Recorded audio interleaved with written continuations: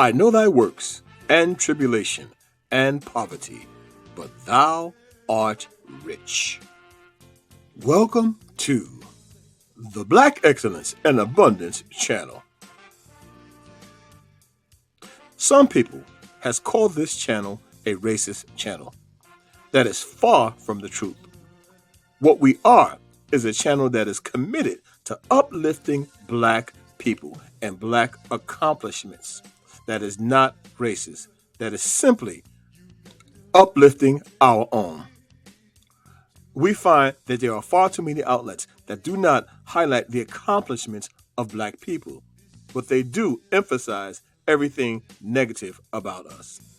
So we have taken it upon ourselves to do that. That is no one's responsibility but ours.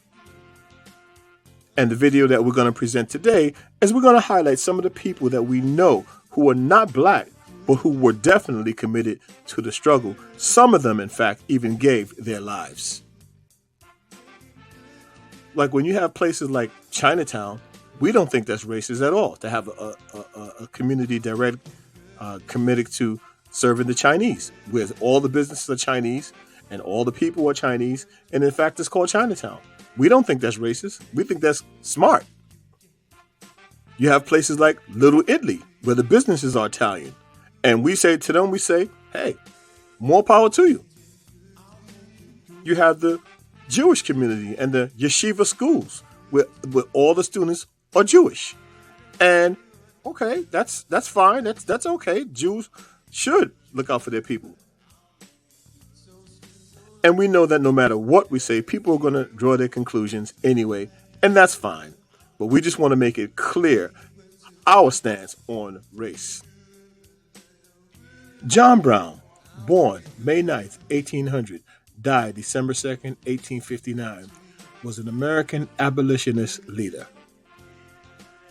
He first reached national prominence for his radical abolitionism and fighting in Bleeding, Kansas.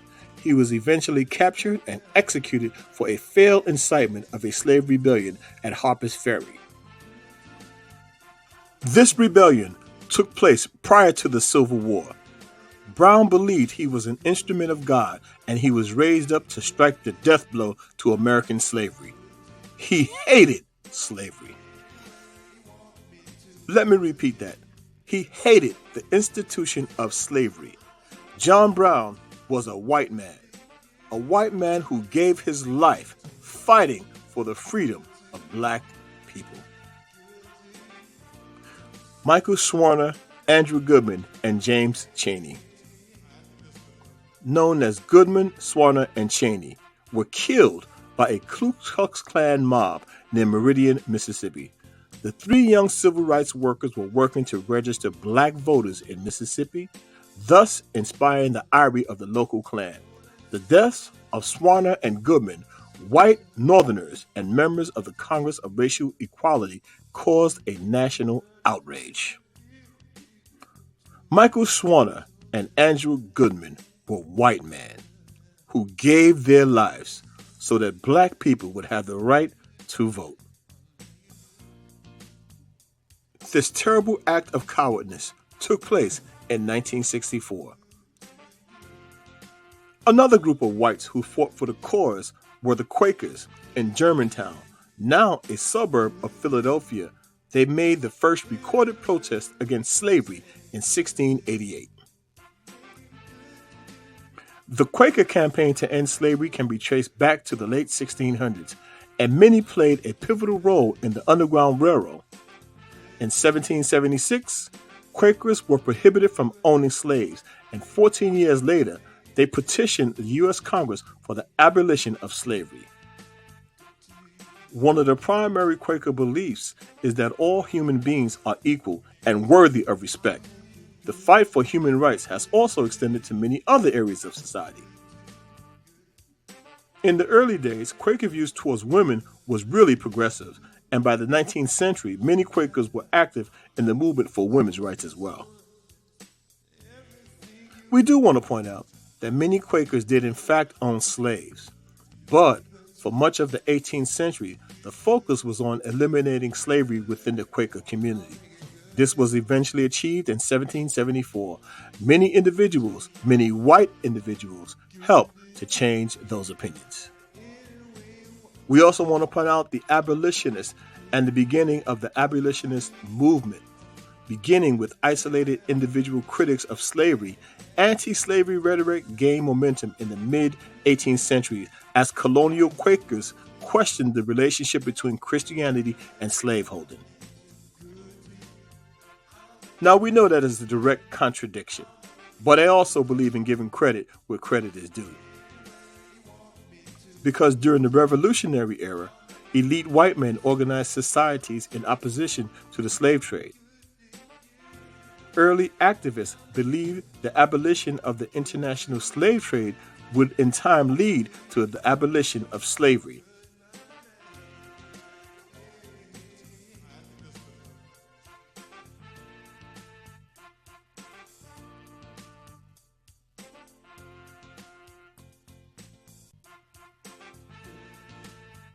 Throughout American history, many whites were lynched for fighting racism.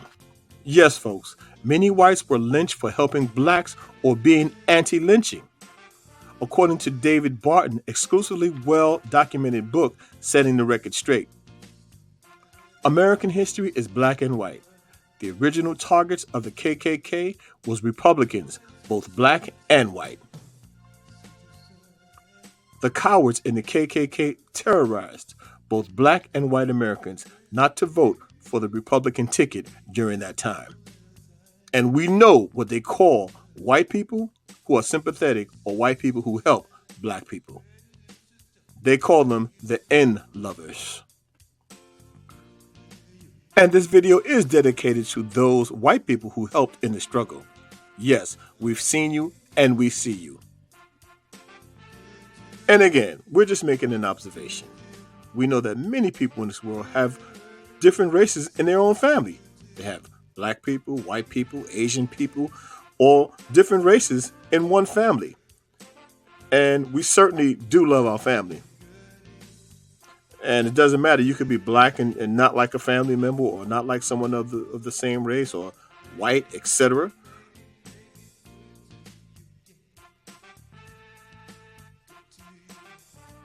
So it's not so much the tone of one's skin, but it's good versus bad.